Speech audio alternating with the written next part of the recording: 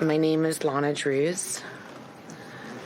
In 2018, while I was living and working as a model in Beverly Hills, and I also owned a fashion software company, I had contact with Eric Swalwell on 3 separate occasions after meeting him socially. He offered me connections to further my software company, and I also had an interest in local politics. He invited me to 2 public events.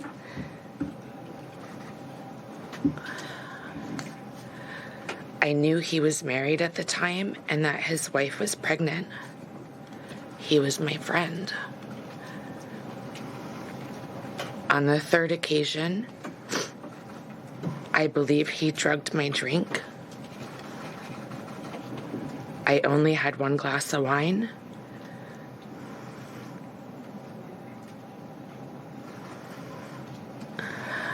We were supposed to go to a political event, and he said he needed to get paperwork from his hotel room. When I arrived at his hotel room, I was already incapacitated, and I couldn't move my arms or my body. He raped me, and he choked me. And while he was choking me, I lost consciousness. And I thought I died. I did not consent to any sexual activity. Although I did not undergo a rape kit at the time, I disclosed the assault to the people closest to me. I also recorded these events in my handwritten calendar. The assault and its impact were later documented during my therapy sessions at a sexual assault center in Connecticut. It had a profound impact on my mental health. I self-medicated in an unhealthy way. I did not want to live anymore. I cried all the time for years. At the time, I was in a dating relationship with a boyfriend I was fully committed to. I've never cheated in my life, and I would never have engaged in a consensual sexual encounter with Eric Swalwell.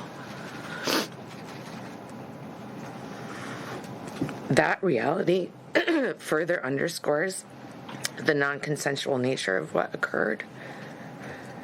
It was a politically unusual and intense time in Beverly Hills, and I was considering a run for city council, which placed me in proximity to political figures and events and added to the pressure to remain composed and silent. Eric was aware I owned a software company, and he spoke repeatedly about his ability to make introductions in Silicon Valley,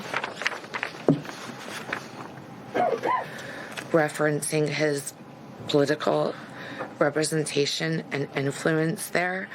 I was not interested in him romantically,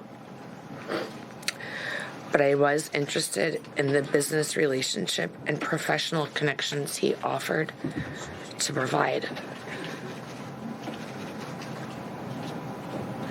My delay in taking action against Eric was driven by fear, not doubt. Fear of his political power, his background as an attorney, and his family law enforcement ties. I have never doubted what happened. I stand with the other women who have come forward, and I will be making a report to law enforcement shortly with my attorneys.